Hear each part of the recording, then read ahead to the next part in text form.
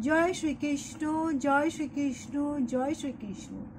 जय राधा रानी की जय, जय वैष्णो माता की जय, जय सिया रामचंद्र की जय, जय खाटू श्याम की जय।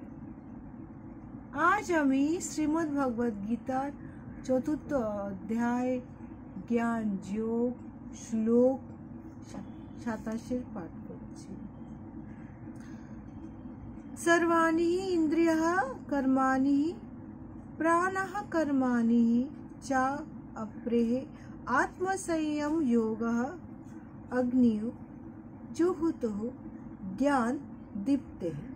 অনুবাদ, মন ও ইন্দ্রিয়ের সংযমের মাধ্যমে যারা আত্মজ্ঞান লাভের প্রয়াসী তাদের সমস্ত ইন্দ্রিয়ের কার্যকলাপ ও প্রাণবায়ু জ্ঞানের দ্বারা প্রদীপ্ত আত্ম সংযম রূপ অগ্নিতে আহুতি দেন।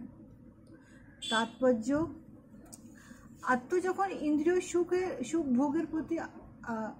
ভোগের প্রতি আসক্ত থাকে তখন তাকে বলা হয় পরাত্মা, কিন্তু যখন পরমাত্মার এই ইন্দ্রিয়ের সুখের সম্ভোগ থেকে আসক্তি রহিত হয় তখন তাকে বলা হয় প্রত্যাজ্ঞাত্মা। আত্মা জীবদেহের অন্তঃস্তরে 10 রকমের বায়ু কার্যকলাপের অধীন থাকে, যেমন শ্রবণের জন্য কান, দৃষ্টির জন্য চোখ, গ্রহণের জন্য নাক, আত্মসাতের জন্য জিহ্বা, স্পর্শের জন্য ত্বক, এবং এরা সকলেই আত্মার বাইরের রূপে নানা রকমের কাজকর্ম করে থাকে। জয় শ্রীকৃষ্ণ, জয় শ্রীকৃষ্ণ, জয় শ্রীকৃষ্ণ। শ্লোক 28। द्रव्य यज्ञः तपो यज्ञः योग यज्ञः तथा अप्रेः स्वाध्याय ज्ञान यज्ञः यतः সংশিতব্রতः। অনুবাদ, কঠোর ব্রত গ্রহণ করে কেউ কেউ দ্রব্য দান রূপ যজ্ঞ করেন, কেউ কেউ তপস্যা রূপ যজ্ঞ করেন, কেউ কেউ অষ্টাঙ্গ যোগ রূপ যজ্ঞ করেন, এবং অন্যকে পারমার্থিক জ্ঞান লাভের জন্য বেদ অধ্যয়ন যজ্ঞ করেন। কিন্তু এটা আমার নিজস্ব মত, কি যাই যজ্ঞ করো না কেন শ্রীকৃষ্ণের যজ্ঞ সব থেকে বড়। তার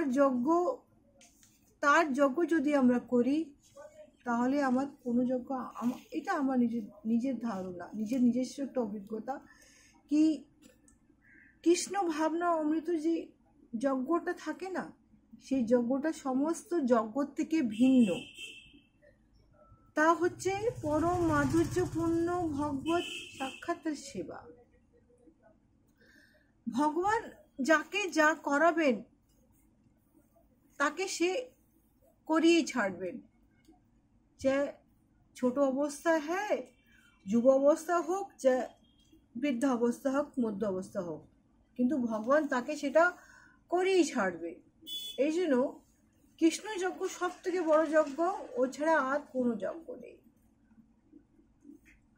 কৃষ্ণের চরণে যদি আমরা যে তার সেবার যজ্ঞ করতে পারি তাহলে উনি সব যজ্ঞ ঠিক করে দেন আমাদেরকে কোথায় কিভাবে করতে হয়। জয় শ্রীকৃষ্ণ, জয় শ্রীকৃষ্ণ, জয় শ্রীকৃষ্ণ।